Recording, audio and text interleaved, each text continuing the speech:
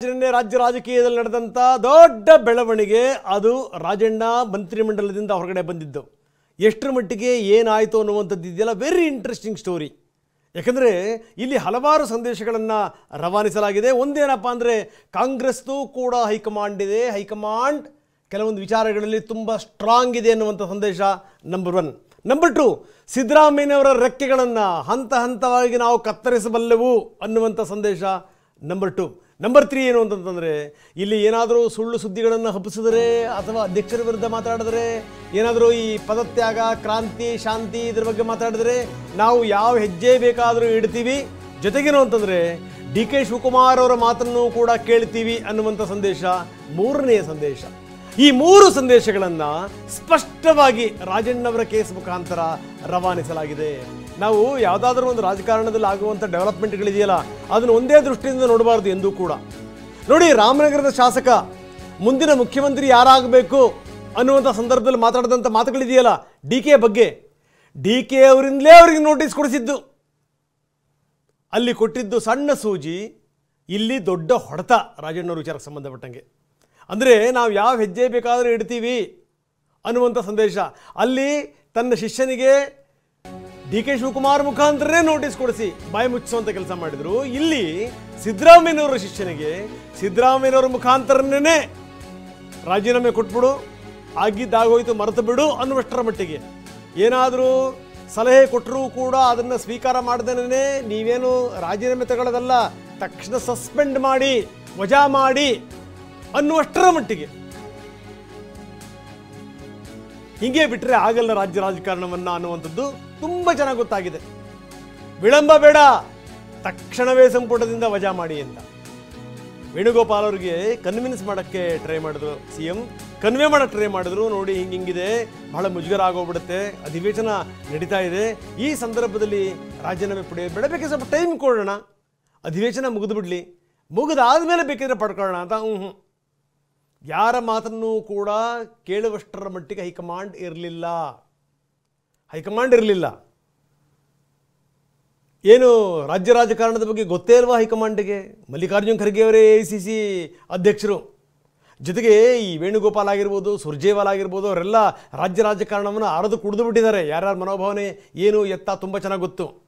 ಇವರೆಲ್ಲರೂ ಕೂಡ ಸೇರ್ಕೊಂಡು ರಾಹುಲ್ ಗಾಂಧಿ ಅವ್ರಿಗೂ ಕೂಡ ಕನ್ವಿನ್ಸ್ ಮಾಡಬಲ್ಲರು, ಹಿಂಗಿದೆ ನೋಡಿ ಕತೆ ಅಂತ.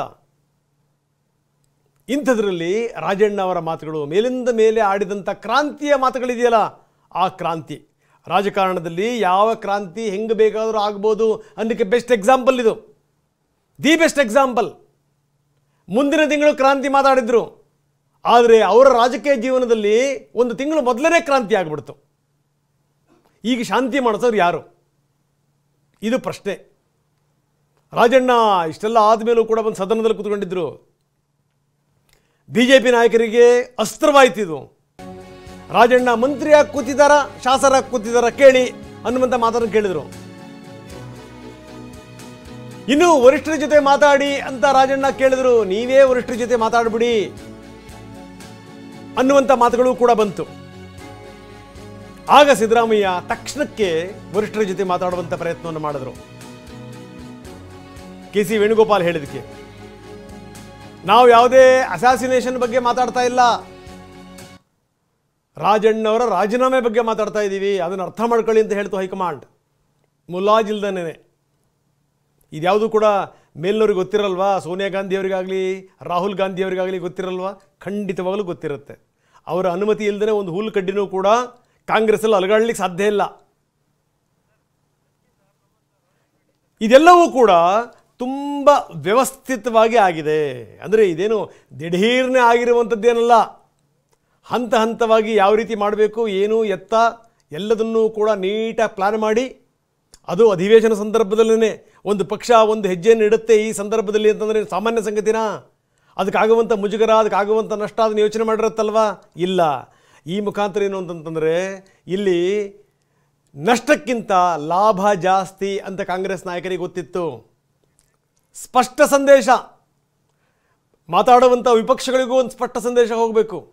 ಜೊತೆಗೆ ಪಕ್ಷದ ಒಳಗಡೆ ಇದೆಯಲ್ಲ ಭಿನ್ನಾಭಿಪ್ರಾಯಗಳು, ಅದಕ್ಕೂ ಕೂಡ ಒಂದು ಸ್ಪಷ್ಟ ಸಂದೇಶ ಹೋಗಬೇಕು. ಆ ಕೆಲಸವನ್ನು ಮಾಡ್ತು ಪ್ರಮೋದ್ ಶಾಸ್ತ್ರಿ ನಮ್ಮದೀಗ ನೇರ ಸಂಪರ್ಕದಲ್ಲಿದ್ದಾರೆ. ಪ್ರಮೋದ್, ಬಹಳ ಗಮನಿಸಬೇಕಾದಂಥ ಸಂಗತಿ, ಒಂದು ಮಾತನ್ನು ನಾನು ಹೇಳಿದೆ, ಯಾವುದೂ ಕೂಡ ದಿಢೀರ್ನೆ ಆಗಿರುವಂಥದ್ದಲ್ಲ, ಎಲ್ಲವೂ ಕೂಡ ವ್ಯವಸ್ಥಿತವಾಗಿ ಆಗಿರುವಂಥದ್ದು, ಟೈಮ್ ನೋಡೇ ಮಾಡಿರುವಂಥದ್ದು, ಟೈಮ್ ನೋಡೇ ಹೊಡೆದಿರುವಂಥದ್ದು. ಏನು ಇವತ್ತೇ ನಿರ್ಧಾರಕ್ಕೆ ಬಂದುಬಿಟ್ರು, ನಿನ್ನೆ ನಿರ್ಧಾರಕ್ಕೆ ಬಂದರು ಅನ್ನುವಂಥದ್ದಲ್ಲ, ಈ ಹಿಂದೆನೇ ಅದರ ನಿರ್ಧಾರ ಆಗಿತ್ತು. ಅದರ ಇಂಪ್ಲಿಮೆಂಟ್ ಆಗಿದ್ದಿದೆಯಲ್ಲ, ಅದನ್ನು ಸರಿಯಾದ ಸಂದರ್ಭದಲ್ಲಿ ನೋಡಿ ಹೊಡೆದ್ರು. ಇದು ಮೂರು ಸಂದೇಶಗಳನ್ನು ರವಾನಿಸ್ತು ಅನ್ನುವಂಥ ಮಾತನ್ನು ಆಗಲೇ ನಾನು ಹೇಳಿದೆ, ತಾವು ಕೇಳಿಸ್ಕೊಂಡ್ರಿ ಅಂತ ನಾನು ಭಾವಿಸ್ತೀನಿ. ಏನು ಅಂದರೆ, ಒಂದು, ಹೈಕಮಾಂಡ್ ಮನಸ್ಸು ಮಾಡಿದ್ರೆ ಯಾವ ಹೆಜ್ಜೆ ಬೇಕಾದರೂ ಇಡುತ್ತೆ ಅನ್ನುವಂಥದ್ದು ನಂಬರ್ 1. ನಂಬರ್ 2, ಸಿದ್ದರಾಮಯ್ಯನವರ ವಿಂಗ್ಸ್ಗಳನ್ನು ನಾವು ಯಾವ ರೀತಿ ಬೇಕಾದರೂ ಕತ್ತರಿಸ್ಬೋದು ಅನ್ನುವಂಥದ್ದು ನಂಬರ್ 2. ನಂಬರ್ 3, DK ಶಿವಕುಮಾರ್ ಅವರ ಮಾತು ಕೂಡ ನಡೆಯುತ್ತೆ, ಹೈಕಮಾಂಡ್ ಮಾತೆ ಅಂತಿಮ ಅನ್ನುವಂಥ ಪಾಯಿಂಟ್ ನಂಬರ್ 3. ಏನಂತೀರಿ ಪ್ರಮೋದ್? ರಂಗನಾಥ್, ನಿಜ. ಆದರೆ ಎಲ್ಲವೂ ಕೂಡ ವ್ಯವಸ್ಥಿತವಾಗಿ ಮೊದಲೇ ಪ್ಲಾನ್ ಆಗಿತ್ತು ಅಂತ ತಕ್ಷಣಕ್ಕೆ ಹೇಳೋದಕ್ಕೆ ಕಷ್ಟವಾಗುತ್ತೆ. ಯಾಕೆಂದರೆ ಈ ಬೆಳವಣಿಗೆಗಳನ್ನು ಗಮನಿಸ್ತಾ ಇದ್ರೆ, ಅಫ್ಕೋರ್ಸ್ ಕಳೆದ ಎಲ್ಲ ಡೆವಲಪ್ಮೆಂಟ್ಗಳನ್ನು ಗಮನಿಸ್ತಾ ಇದ್ರೆ 3 ತಿಂಗಳ ಹಿಂದೆನೇ ರಾಜಣ್ಣವರ ವಿರುದ್ಧ ಇಂಥ ಒಂದು ರೀತಿ ಕ್ರಮವನ್ನು ಆಗಬೇಕು ಅನ್ನುವಂಥ ಒತ್ತಡ ಹೈಕಮಾಂಡ್ ಮೇಲೆ ಕೂಡ ಇತ್ತು. ಹೈಕಮಾಂಡ್ ಕೂಡ ಅಂದಿನಿಂದ ಇಂದಿನವರೆಗೂ ಕೂಡ ವೇಟ್ ಮಾಡ್ತಾ ಇತ್ತು. ಆದರೆ ಯಾವಾಗ ರಾಹುಲ್ ಗಾಂಧಿ ವಿಚಾರಕ್ಕೆ ರಾಜಣ್ಣ ಅವರು ಮಾತನಾಡಿದ್ರು, ಆ ವಿಚಾರ ಇಲ್ಲಿ ಟ್ರಿಗರ್ ಆಗಿದೆ. ಹಿಂದೆ ಹಲವಾರು ಬಾರಿ ಮಾತನಾಡಿದ್ದಾರೆ, ಹಲವಾರು ಬಾರಿ ಸಾಕಷ್ಟು ಚರ್ಚೆಗಳಾಗಿತ್ತು. ಪ್ರಮುಖವಾಗಿ ಸುರ್ಜೇವಾಲಾ ಅವರ ಬಗ್ಗೆ ಮಾತನಾಡಿದ್ದಾರೆ, KPCC ವಿಚಾರವಾಗಿ ಮಾತನಾಡಿದ್ದಾರೆ, ಸಿದ್ದರಾಮಯ್ಯ 5 ವರ್ಷ CM ಅನ್ನೋದ್ರ ಬಗ್ಗೆ ಮಾತಾಡ್ತಾರೆ, ಮುಖ್ಯಮಂತ್ರಿ ಬದಲಾವಣೆ ವಿಚಾರವಾಗಿ ಗಟ್ಟಿಯಾಗಿ ಮುಖ್ಯಮಂತ್ರಿಗಳ ಪರ ನಿಲ್ತಾರೆ. ಹೀಗಾಗಿ ಇಂಥ ಒಂದು ಸಂದರ್ಭದಲ್ಲಿ ಅವರ ವಿರುದ್ಧ ಗಟ್ಟಿಯಾದಂಥ ಯಾವುದೇ ಕ್ರಮಗಳನ್ನು ಖಂಡಿತ ಕೈಗೊಂಡಿರಲಿಲ್ಲ. ಆದರೆ ಇಲ್ಲಾಗಿರುವಂಥ ಘಟನೆಯನ್ನು ನೋಡ್ತಾ ಇದ್ದಾರೆ, ರಾಹುಲ್ ಗಾಂಧಿ ಅವರ ವಿರುದ್ಧ, ಅದರಲ್ಲೂ ಕೂಡ ರಾಷ್ಟ್ರ ಮಟ್ಟದಲ್ಲಿ ಒಂದು ಮತಗೆಲುವಿನ ಅಭಿಯಾನವನ್ನು ಮಾಡ್ತಾ ಇದ್ದಾರೆ, ಒಂದು ಹೋರಾಟವನ್ನು ಮಾಡ್ತಿದ್ದಾರೆ, ಜೈಲು ಬರೋ ಮಾಡ್ತಿದ್ದಾರೆ, ರಸ್ತೆ ರುಕೋ ಮಾಡ್ತಿದ್ದಾರೆ. ಇಂಥ ಒಂದು ಸಂದರ್ಭದಲ್ಲಿ ರಾಜಣ್ಣ ಅವರ ಆಡಿದ ಮಾತನ್ನೇ BJP ಒಂದು ಕಾಯಿನ್ ಆಗಿ ಬಳಸ್ತು. ರಾಜಣ್ಣ ಅವರ ಆಡಿರುವಂಥ ಮಾತನ್ನು ಅವರ ಸ್ಟೇಟ್ಮೆಂಟ್ಗಳ ಕಟಿಂಗ್ಗಳನ್ನು ನೇರವಾಗಿ ಟ್ವಿಟರ್ಗಳಲ್ಲಿ ಕೂಡ ಪೋಸ್ಟ್ ಮಾಡಲಾಯಿತು. ಅದನ್ನೇ ಮುಂದಿಟ್ಟು ರಾಷ್ಟ್ರೀಯ BJPಯ IT ಸೆಲ್ ದೊಡ್ಡ ಅಭಿಯಾನ ಕೂಡ ನಡೆಸಿತು. ಹೀಗಾಗಿ ಒಬ್ಬ ಸಿಟ್ಟಿಂಗ್ ಮಿನಿಸ್ಟರ್, ಸಚಿವರಾಗಿರುವಂಥ ಸಂಪುಟ ದರ್ಜೆಯ ಮಂತ್ರಿಯೇ ಈ ರೀತಿಯ ಅಂತ ರಾಹುಲ್ ಗಾಂಧಿ ಅವರ ಮಾತಿಗೆ ವಿರೋಧಾಭಾಸವಾಗಿ ಆಡಿರುವಂಥ ಮಾತು ಖಂಡಿತವಾಗ್ಲೂ ಈ ಒಂದು ಟ್ರಿಗರಿಂಗ್ ಪಾಯಿಂಟ್ ಆಗಿದೆ. ಹೀಗಾಗಿ ಇದನ್ನು ತತ್ಕ್ಷಣಕ್ಕೆ ಮಾಡಲಾಗಿದ್ದ ನಿರ್ಧಾರ, ಅದನ್ನು ಕೂಡ ತುಂಬ ಸ್ಟಬರ್ನ್ ಆಗಿ, ಅಂದರೆ ಈ ಮೂಲಕ ತತ್ಕ್ಷಣಕ್ಕೆ, ಅಫ್ಕೋರ್ಸ್ ಈಗ ಆಗ್ತಾ ಇರುವಂಥ ಬೆಳವಣಿಗೆಯನ್ನು ಗಮನಿಸ್ತಾ ಇದ್ರೆ, ಸದನ ನಡೀತಾ ಇರುವಂಥ ಸಂದರ್ಭದಲ್ಲಿ ಒಬ್ಬ ಸಿಟ್ಟಿಂಗ್ ಸಚಿವನ ಇದುವರೆಗೂ ಕೂಡ ಯಾರೂ ಕೂಡ ತೆಗೆದಿಲ್ಲ. ಹೈಕಮಾಂಡ್ ಎಷ್ಟರ ಮಟ್ಟಿಗೆ ಸಿಟ್ಟಾಗಿರಬೇಕು ಅಥವಾ ರಾಹುಲ್ ಗಾಂಧಿ ಎಷ್ಟರ ಮಟ್ಟಿಗೆ ಆಕ್ರೋಶಭರಿತರಾಗಿರಬೇಕು ಅನ್ನೋದಕ್ಕೆ ಇದೇ ಕಾರಣ. ನೇರವಾಗಿ ಹೇಳ್ತಿದ್ದಾರೆ, ಇಂಥದ್ದು ಯಾವುದೇ ರೀತಿಯಂಥ ಬೆಳವಣಿಗೆಗಳು ಆಗ್ತಾ ಇರೋದನ್ನು ಸಹಿಸೋದಕ್ಕೆ ಸಾಧ್ಯ ಇಲ್ಲ. ಜೊತೆಗೆ ಹೈಕಮಾಂಡ್ ವೀಕ್ ಅನ್ನುವಂಥ ಸಂದೇಶವನ್ನು ಅನೇಕರು ಹೇಳ್ತಾ ಇದ್ರು, ವಿರೋಧ ಪಕ್ಷಗಳು ಟೀಕೆ ಮಾಡ್ತಾ ಇದ್ವು. ಆದರೆ ಈ ಒಂದು ಸಂದರ್ಭದಲ್ಲಿ ಒಂದು ಗಟ್ಟಿಯಾದಂಥ ಮೆಸೇಜನ್ನು ಎಲ್ಲರಿಗೂ ಕೂಡ, ಅಂದರೆ ಎಲ್ಲ ಬಣಗಳಿಗೂ ಕೂಡ ಕೊಡೋದಕ್ಕೆ ಈ ಒಂದು ಮೆಸೇಜನ್ನು ಅವರು ಯೂಸ್ ಮಾಡ್ಕೊಂಡಿದ್ದಾರೆ, ಈ ಒಂದು ನಿರ್ಧಾರವನ್ನು ಯೂಸ್ ಮಾಡಿದ್ದಾರೆ. ಈ ಕಾರಣಕ್ಕೋಸ್ಕರ ಅದು ರಾಜೀನಾಮೆ ಬೇಡ, ವಜಾ ಮಾಡಿ ಅನ್ನುವಂಥ ಮಾತು ಇದೆಯಲ್ಲ, ಅದು ಖಂಡಿತವಾಗ್ಲೂ ತುಂಬ ಸ್ಟಬರ್ನ್ ಆಗಿರುವಂಥ, ತುಂಬ ಗಟ್ಟಿಯಾಗಿರುವಂಥ, ಹೈಕಮಾಂಡ್ ಗಟ್ಟಿಯಾಗಿದೆ, ಹೈಕಮಾಂಡ್ನ ಮಾತೇ ಅಂತಿಮ ಅಂತ. ಅಫ್ಕೋರ್ಸ್ ಅದರ ಹಿಂದೆಗಡೆ ಬೇಕಾದವರು ಅವ್ರಿಗೆ ಬೇಕಾದಂಗೆ, ಅವ್ರಿಗೆ ಬೇಕಾದಂಥ ರೀತಿಯಲ್ಲಿ ಷಡ್ಯಂತ್ರಗಳನ್ನು ಅಥವಾ ರಣತಂತ್ರಗಳನ್ನು, ರಾಜಕೀಯ ತಂತ್ರಗಳನ್ನು, ದಾಳಗಳನ್ನು ಉರುಳಿಸಿರ್ತಾರೆ. ಆದರೆ ಇದೆಲ್ಲವೂ ಕೂಡ ಹೈಕಮಾಂಡ್ ನಿರ್ಧಾರಕ್ಕೆ ಇನ್ನಷ್ಟು ಪೂರಕವಾಯಿತು, ಫೈಲ್ ಬಿಲ್ಡಪ್ ಆಯಿತು. ರಂಗನಾಥ್, ಎಸ್ ನೀವು ಸಂಪರ್ಕದಲ್ಲಿ ಇನ್ನಷ್ಟು ನಾನು ನಿಮ್ಮ ಜೊತೆ ಮಾತಾಡ್ತೀನಿ.